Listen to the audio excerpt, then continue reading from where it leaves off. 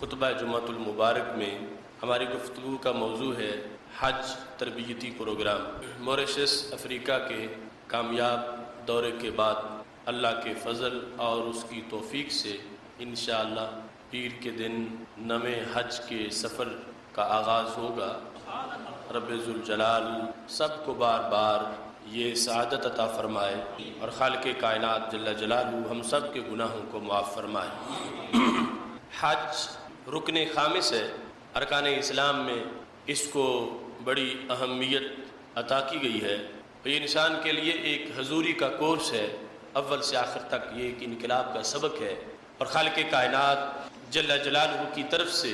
یہ ایک تحفہ ہے کہ اگر کوئی انسان خدا نخواستہ گناہوں میں آلودہ ہو جائے تو حج اس کو غسل دینے کا ایک بہترین اہتمام۔ صحیح مسلم شریف میں حدیث شریف موجود ہے کہ جب حضرت عمر بن عاص رضی اللہ تعالیٰ عنہ کے وصال کا وقت قریب تھا تو وہ رو رہے تھے، ان سے رونے کا سبب پوچھا گیا تو انہوں نے بتایا کہ میں اس لیے رو رہا ہوں، مجھے وہ دن یاد آیا ہے کہ جب میں نے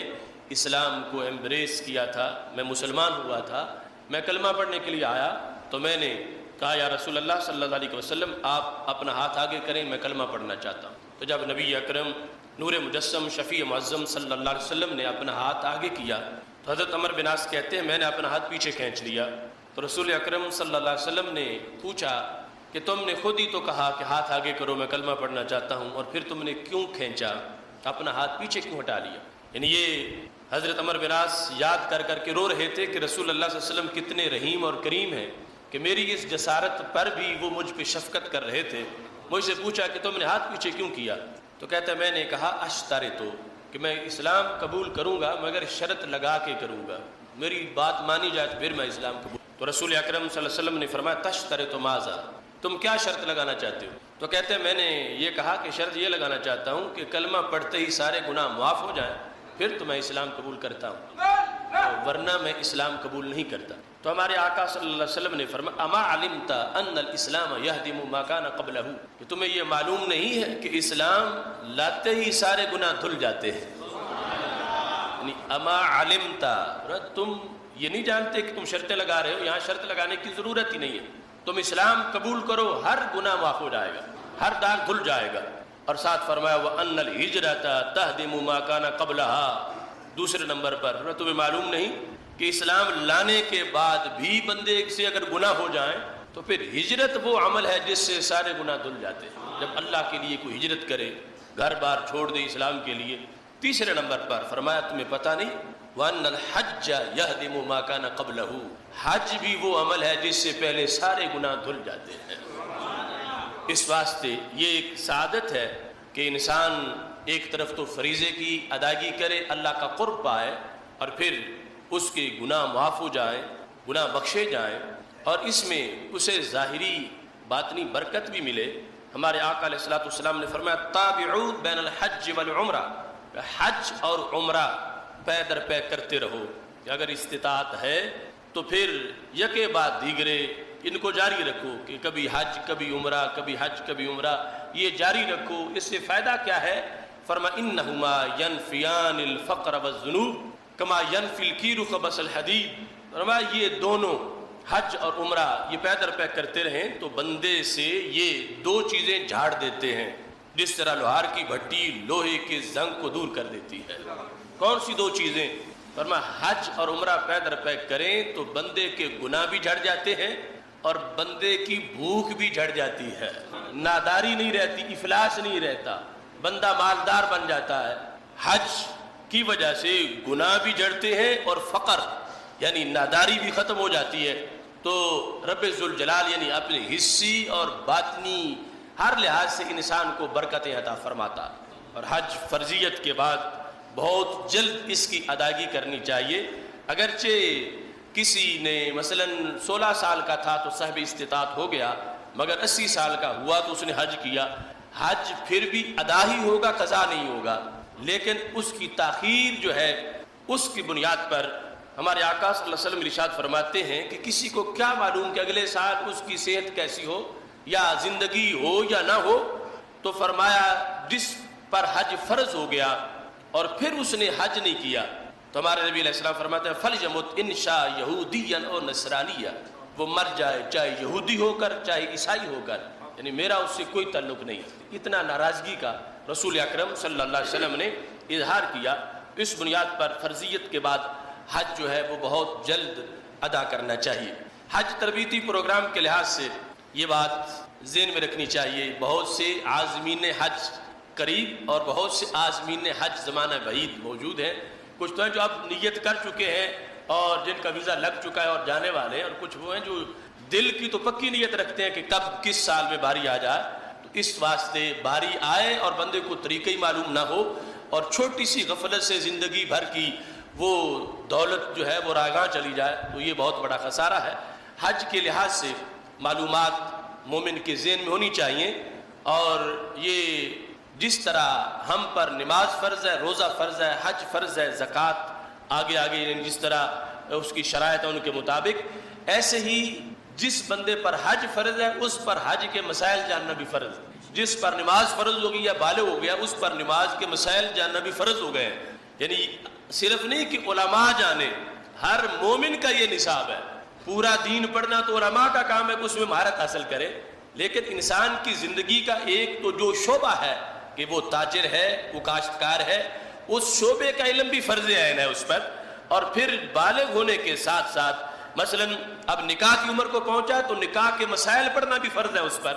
اور پھر طلاق کے بارے میں لوگ کہتے ہیں مجھے پتہ نہیں تھا، میں یہ کہہ چکا ہوں، تو وہ تو ایک دوہری غلطی ہے کہ پتہ پہلے کرنا چاہیے تھا کہ اب میں عمر کے اس حصے میں ہوں، اب میرے لیے یہ معلومات ضروری ہے کہ جس کی وجہ سے آگے پوری نسل پر اثرات مرتب ہوں گے۔ تو اس بنیاد پر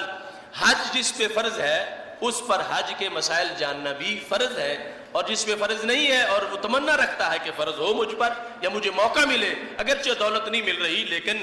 دل میں شوق بڑا ہے، تو وہ بھی جانے سمجھے کہ یہ کس طرح ادا کرنا ہے، تاکہ غلطی کے بغیر جب حج ہوگا کامل طریقے سے، تو ہمارے آقا علیہ السلام فرماتے ہیں رجع کیوم ولدت امہ، یوں لوٹا ہے جیسے آج اس کی ماں نے اس کو جنم دیا ہے۔ حج کی 3 قسمیں ہیں، ایک ہے حج افراد، دوسرا ہے تمتع، تیسرا ہے قران۔ اور ایسے حاجی کی 3 قسمیں ہیں، ایک ہے حاجی مفرد، ایک ہے حاجی متمتع، ایک ہے حاجی قارن۔ حج افراد یہ ہے کہ کوئی صرف حج کا احرام باندھے، حج قران یہ ہے کہ حج اور عمرے دونوں کا اکٹھے ہی باندھ لے۔ ہم احناف کے نزدیک سب سے زیادہ فضیلت والا حج حج قران ہے کہ جس میں احرام دونوں کا اکٹھا باندھا جائے۔ مثلا جب وہ پاکستان سے چلا ہے اس نے عمرے کا احرام بھی باندھ لیا ہے، حج کا احرام بھی باندھ لیا ہے، اس کو حج قران کہتے ہیں۔ قران کا مطلب ہوتا ہے ملانا، اس نے حج اور عمرے کو اکٹھا کر لیا ہے، تو یہ حج قران ہے۔ ہمارے نزدیک یہ افضل اس واسطے ہے کہ نبی اکرم نور مجسم شفیع معظم صلی اللہ علیہ وسلم نے جو حج فرمایا تھا جس کو حجۃ الوداع کہا جاتا ہے وہ حج قران تھا، یعنی مدینہ شریف سے جب آپ چلے تھے تو عمرے اور حج دونوں کا اکٹھا ہی احرام باندھ لیا تھا۔ حج تمتع یہ ہے کہ جس میں ثواب دونوں کا ملتا ہے، عمرے کا بھی حج کا بھی، لیکن اس میں وہ فضیلت نہیں جو قران والی ہے۔ یہاں سے چلتے وقت صرف عمرے کا احرام باندھا جائے گا، وہاں جا کر عمرہ ادا کر کے احرام کھول دیا جائے گا، اور پھر عاشر الحج کو حج کا احرام باندھا جائے گا۔ چونکہ اس میں مشقت تھوڑی ہے کہ احرام کی پابندیاں زیادہ دیر تک بندہ برداشت نہیں کرتا، صرف یہاں سے وہاں تک، اور پھر وہاں عمرہ کرنے کے بعد فارغ ہو جائے گا، پھر جا کے حج کا احرام باندھے گا۔ تو یہ ہے حج تمتع، اور حج کرنے والے کو متمتع کہا جاتا ہے۔ جو بندہ حج قران کر رہا ہو اس کے لیے یہ ہے کہ وہ جائے گا مکہ شریف، اور یعنی یہاں سے اس نے حج عمرے دونوں کا احرام باندھا ہوا۔ یہاں سے مطلب یہ ہے میقات سے پہلے احرام باندھنا ضروری ہے۔ ہمارا میقات ہے یلملم، تو ہو سکتا ہے جہاز گزر رہا ہو اور کسی کو خبر ہی نہ ہو کہ میقات سے میں گزر رہا ہوں تو خلاف ورزی کر بیٹھے، اس واسطے پہلے ہی احرام باندھ لے۔ اور میقات کے اندر اور حرم سے باہر جو علاقہ اس کو حل کہا جاتا ہے، ہا کے ساتھ حل، یعنی وہ یہ ہے کہ حرم نہیں ہے، میقات سے اندر ہے اور حرم سے باہر ہے، اس کو حل کہا جاتا ہے۔ اور حرم جو ہے وہ کئی میلوں میں مکہ شریف کا ایریا، اس کے اندر پھر مسجد حرام ہے، اور مسجد حرام کے اندر پھر کعبہ ہے۔ تو حرم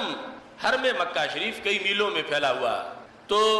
جدا جدا احکام ہیں رہنے والوں کے۔ ہم لوگ آفاقی کہلاتے ہیں کہ جو میقات سے باہر رہتے ہیں، میقات سے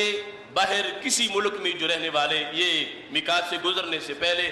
اور میقات والوں پر بھی لازم ہے کہ وہ احرام باندھیں اور پھر آگے سفر کریں۔ قران والا دونوں احرام باندھ کے پہنچے گا مکہ شریف تو وہاں جا کے عمرہ کرے گا۔ عمرے میں اہم اس کے لیے جو بڑے احکام ہیں ان میں طواف ہے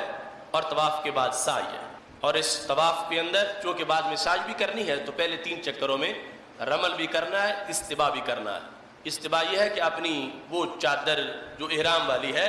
اس کو دائیں کندھے سے نکال کے بائیں کندھے پر ڈالنا ہے اور کندھا ننگا کرنا ہے، یہ پہلے 3 چکروں کے اندر، اور پھر اس میں جو ہے وہ رمل بھی کرنا ہے، یعنی اگر گنجائش ملے تو کندھے ہلا کے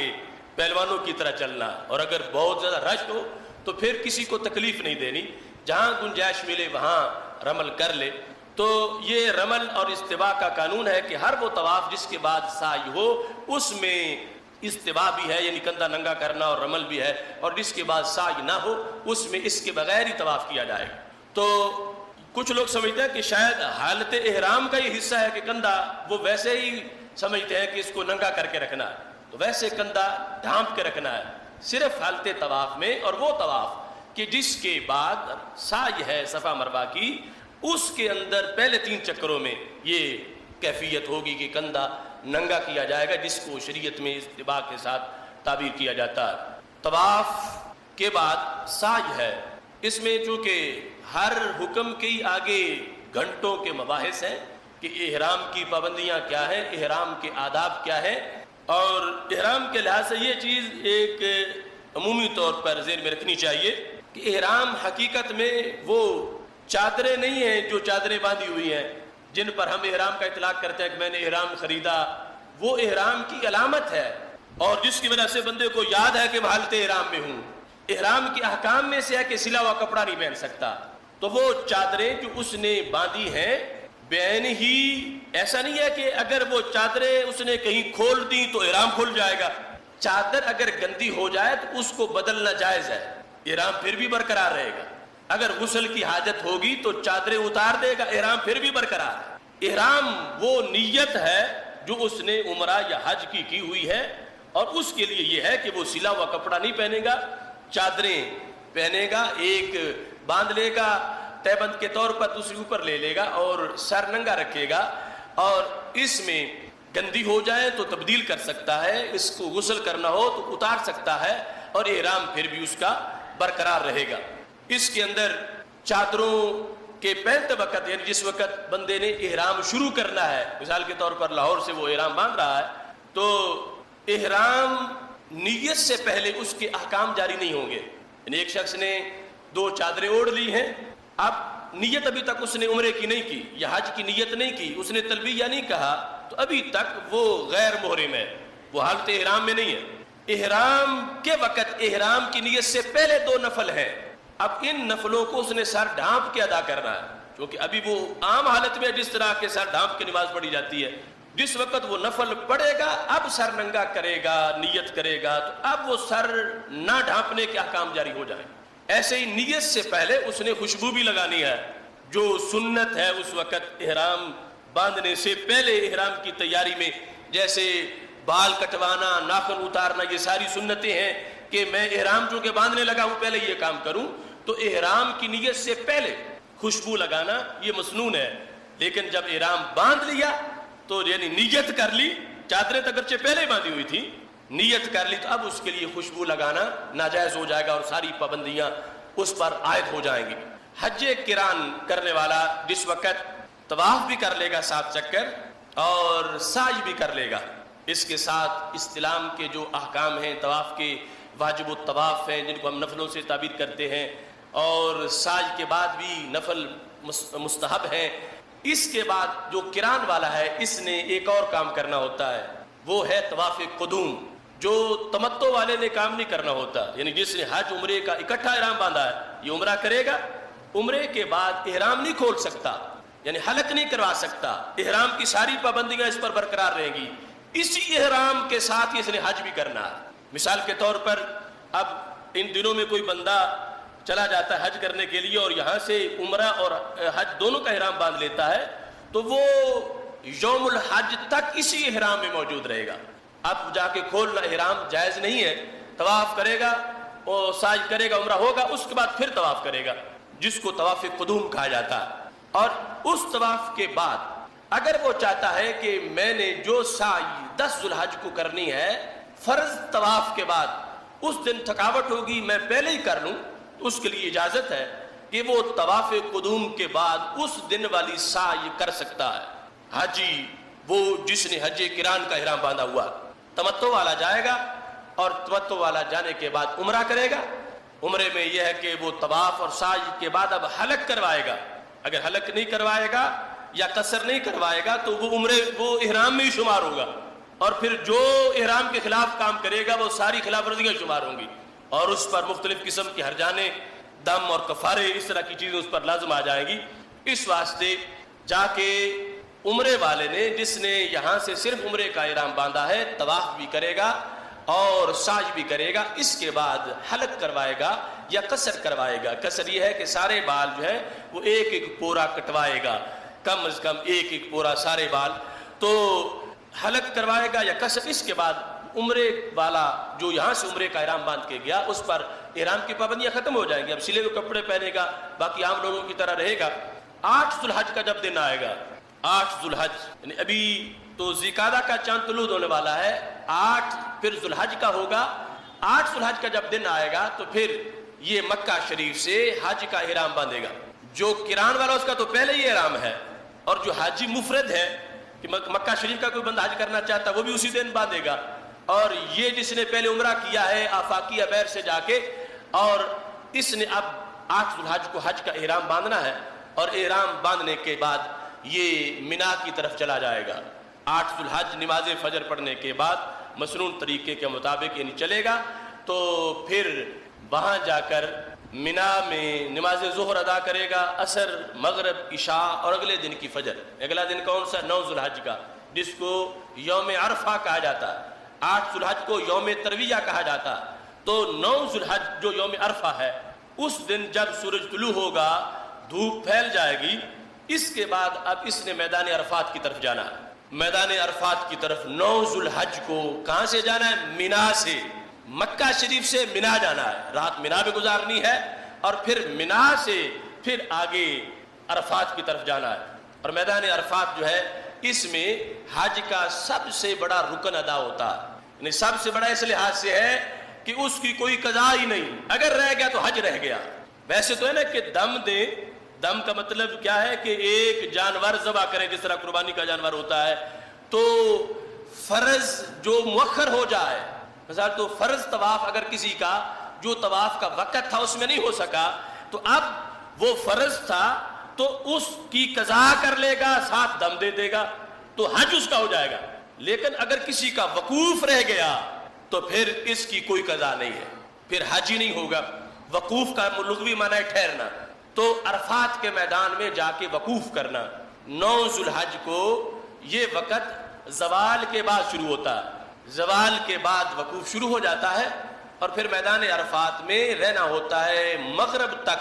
غروب آفتاب تک۔ غروب سے پہلے اگر کوئی نکل جائے عرفات کے میدان سے تو اس کو دم پڑ جاتا ہے، یعنی پھر ایک قربانی اضافی طور پر ایک جانور ذبح کرنا۔ اس کا یہ مطلب نہیں کہ وہ خیمے سے باہر نہیں نکل سکتا، یعنی خیمے سے نکل سکتا ہے مگر حدود عرفات سے نہیں نکل سکتا۔ بے شک اپنے خیمے سے نکل کے بس میں بیٹھ جائے، خیمے سے نکل کر حدود کی طرف چلنا شروع کر دے کہ جہاں عرفات کا اینڈ ہوگا وہاں سے پہلے جا کے رک جائے تو اسے کوئی خلاف ورزی لازم نہیں آئے گی۔ لیکن اگر عرفات کی حدود سے نکل گیا غروب سے پہلے تو پھر خلاف ورزی جو ہے وہ شمار ہوگی۔ تو میدان عرفات کے اندر خصوصی طور پر رحمتوں کے نظارے ہیں، اور یہاں پر اللہ تعالی کی طرف سے اتنی برسات ہوتی ہے کہ اگر بندے کے گناہ سمندر کی جھاگ جتنے ہوں وہ بھی بخشے جاتے ہیں۔ نبی اکرم نور مجسم شفیع معظم صلی اللہ علیہ وسلم نے فرمایا اگر وہ زبد بحر جتنے ہوں، سمندر کی جھاگ جتنے ہوں، پھر بھی وہ گناہ بخشے جاتے ہیں۔ اور یہ وہ دن ہے کہ جس کے بارے میں ہمارے آقا علیہ الصلوۃ والسلام نے فرمایا کہ اتنا کسی دن جہنمیوں کو جہنم سے نجات نہیں ملتی جتنے عرفات کے دن جہنمیوں کو جہنم سے نجات ملتی ہے۔ ملنی تو انہیں ہے نا کہ جو کلمہ گو ہے، مشرک تو ہمیشہ جہنم میں رہے گا۔ جس مسلمان کے گناہ اتنے ہیں کہ وہ جہنمی بن چکا ہے گناہوں کی بیس پر، عقیدے کی وجہ سے نہیں. جو ایمان عقیدے کی وجہ سے جہنمی ہے وہ تو دائمی جہنمی ہے. عمل کی بنیاد پر جو جہنمی بن چکا ہے, جہنمیوں والے کام اس نے کیے ہیں, اس کے گناہ اتنے ہیں کہ جس کے نتیجے میں کل جہنمی بن جائے گا. تو اس میدان کے اندر رب ذوالجلال کی خصوصی رحمتیں نازل ہوتی ہیں. رسول اللہ صلی اللہ علیہ وسلم ارشاد فرماتے ہیں سال کے کسی دن کسی رات میں اتنے لوگ جہنم سے بری نہیں ہوتے جتنے عرفات کے میدان میں جہنم سے بری ہو جاتے ہیں. اور فرمایا شیطان اتنا پریشان ہوتا ہے اس دن, چونکہ شیطان کو بندے کے گناہوں سے خوشی ہوتی ہے. جو بندہ ملوث ہو جہنمی بنے وہ خوش ہوتا ہے, اور جب بندہ جہنم سے بچے تو شیطان ناخوش ہوتا ہے. تو اس کی فطرت یہ ہے کہ وہ سکڑتا ہے. تو ہمارے آقا علیہ الصلوۃ والسلام ارشاد فرماتے ہیں کہ یہ عرفات کا میدان ہے کہ جب گناہگاروں کو بخشا جاتا ہے تو وہ شیطان جو اپنے جثے میں پہاڑوں سے بھی زیادہ پھول جاتا ہے, اس دن سکڑ کے چڑیا سے بھی چھوٹا ہو جاتا ہے. کہ اس قدر اس کو ناکامی نظر آتی ہے, نا امیدی نظر آتی ہے کہ میں نے ان سے گناہ کروائے تھے وہ تو سارے بخشے گئے, میری محنت رائگاں چلی گئی. معاذ اللہ وہ اس انداز میں ناخوش ہوتا ہے اور سکڑتا چلا جاتا ہے. تو سید عالم نور مجسم شفیع معظم صلی اللہ علیہ وسلم نے عرفات کے جو احکام بیان کیے ان میں سے ایک ہے جمع تقدیم, کہ عرفات کے میدان میں نماز ظہر اور عصر کو اکٹھا کرنا ہوتا ہے, اور تقدیم ہے کہ ظہر کے وقت میں عصر کو پڑھنا ہوتا ہے. لیکن اس کی شرط یہ ہے کہ صحیح العقیدہ امام حج اگر جماعت کرا رہا ہو اور بندہ اس کے ساتھ پڑھ رہا ہو تو پھر پہلے ظہر پڑھنی ہے, اس کے فوراً بعد عصر بھی پڑھنی ہے. لیکن اگر اپنے طور پر پڑھ رہا ہو انفرادی طور پر, یا 10-9 بندے یا 1000-1500 کہیں اپنی وہ جماعت کرا رہے ہیں, تو جس طرح کہ اب سارے کیمپوں میں لوگ ہوتے ہیں, اتنے لاکھوں لوگ تو مسجد میں آ ہی نہیں سکتے, اور وہ اپنی اپنی نماز جب ادا کر رہے ہوتے ہیں, تو ایسی صورت میں چونکہ امام حج والی شرط نہیں پائی جاتی, تو اس بنیاد پر ظہر کو ظہر کے ٹائم میں اور عصر کو عصر کے ٹائم میں ادا کیا جائے گا. عصر کے بعد خصوصی عرفات کا وقوف ہے, اور اس موقع پر جب ہمارے آقا علیہ الصلوۃ والسلام وہاں موجود تھے تو آپ نے فرمایا تھا صحابہ خاموش ہو جاؤ, عرش سے رب نے تمہارے نام سلام بھیجا ہے. تو صحابہ کرام علیہم رضوان حیران ہوئے کہ اتنا اللہ مہربان, ہمیں عرش سے سندیش آنا شروع ہو گئے ہیں. حضرت سیدنا عمر رضی اللہ تعالیٰ عنہ نے پوچھا یا رسول اللہ صلی اللہ علیہ وسلم یہ ہمارے ساتھ خاص ہے یا بعد والوں کو بھی سلام آیا کرے گا؟ تو ہمارے نبی علیہ السلام نے فرمایا قیامت تک میرا جو امتی حالت احرام میں 9 ذو الحج کو عرفات کے اس میدان میں عصر کے بعد موجود ہوگا, اسے رب کا سلام ضرور آئے گا.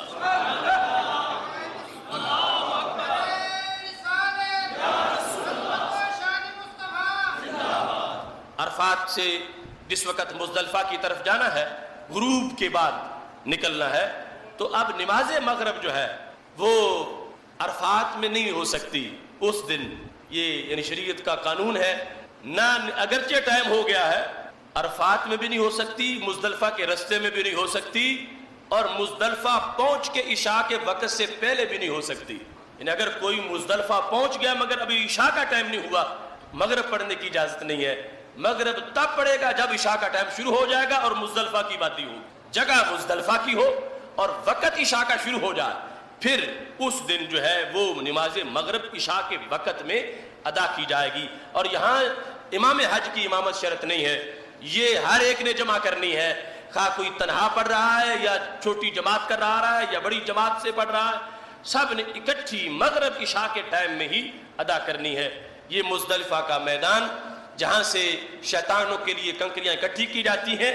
یہ وہ میدان ہے جو حاجیوں کے لیے لیلۃ القدر کے برابر ہے. اور یہ مزدلفہ کا جو وقوف ہے یہ واجب ہے, اگر کسی نے ترک کر دیا تو دم لازم آئے گا. کیونکہ دن بدن سہولتیں زیادہ آ رہی ہیں, تو کچھ لوگ کہتے ہیں چلو عرفات سے ڈائریکٹ مکہ شریف ہوٹل میں چلے جاتے ہیں, اور پھر باقی چونکہ رکن تو ادا ہو گیا, تو مزدلفہ کا وقوف بھی واجب ہے. عرفات کا وقوف فرض ہے, رکن ہے, اور یہ واجب ہے. اور اگر کوئی شخص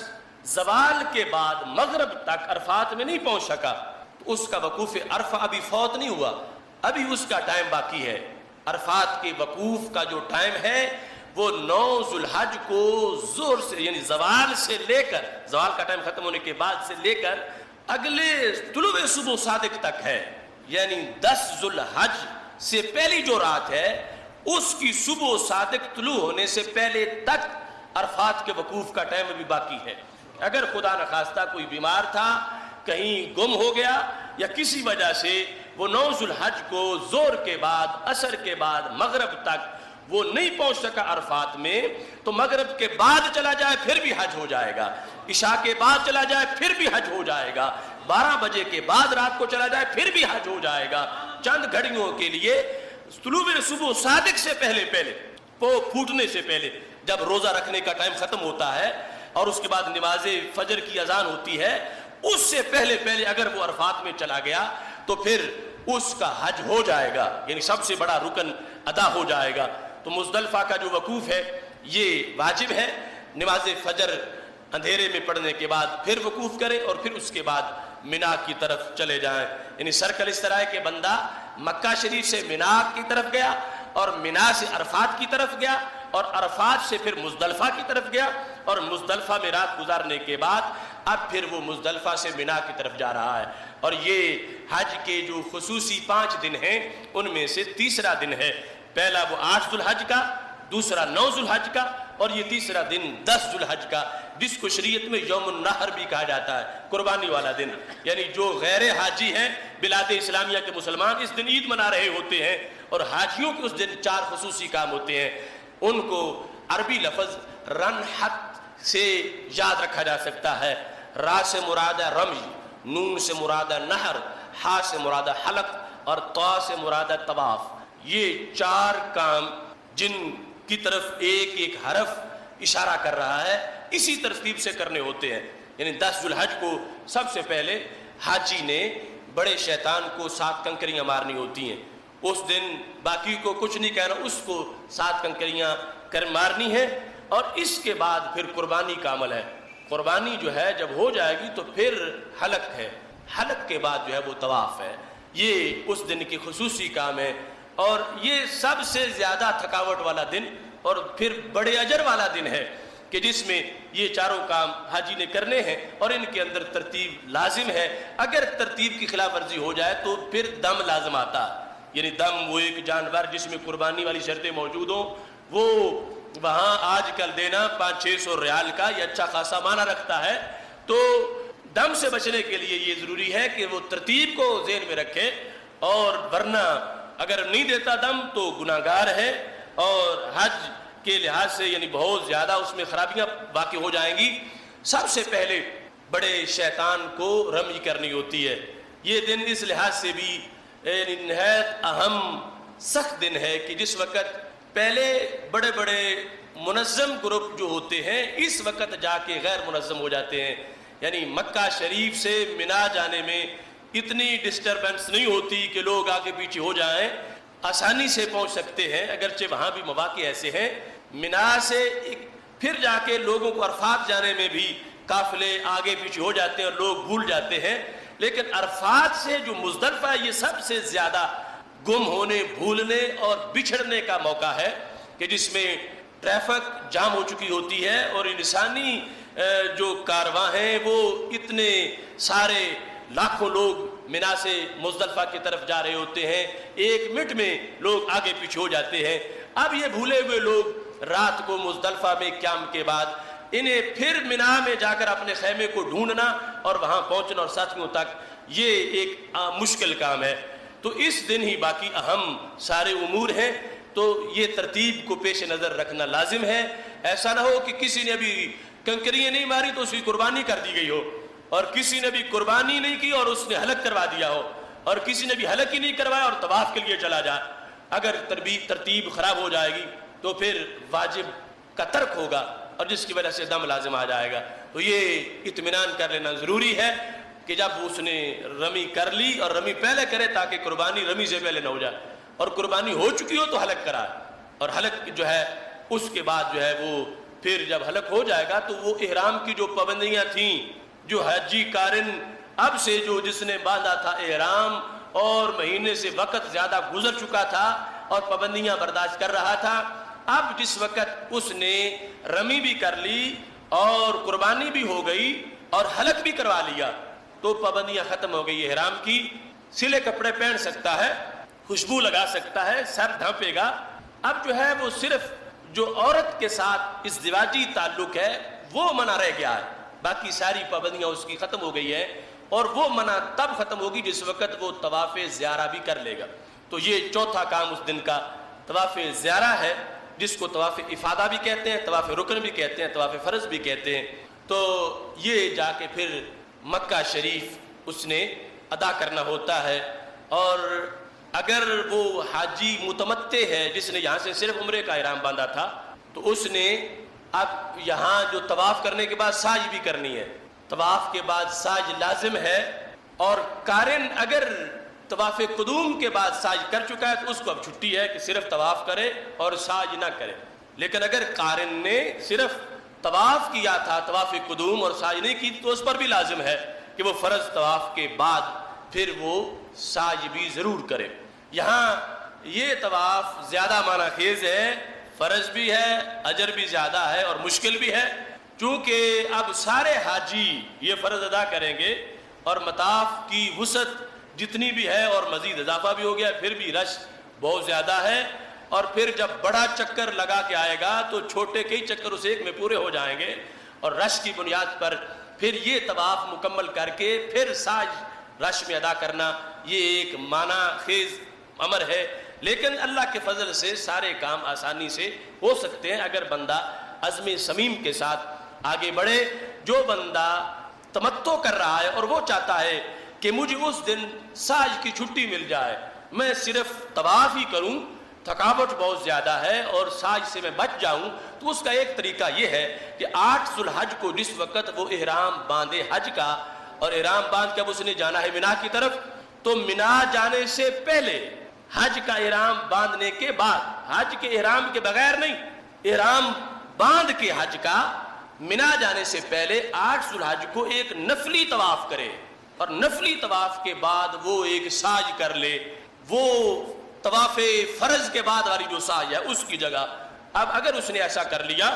کہ وہ بعد والی جو یوم النحر کو یا طواف افادہ کے بعد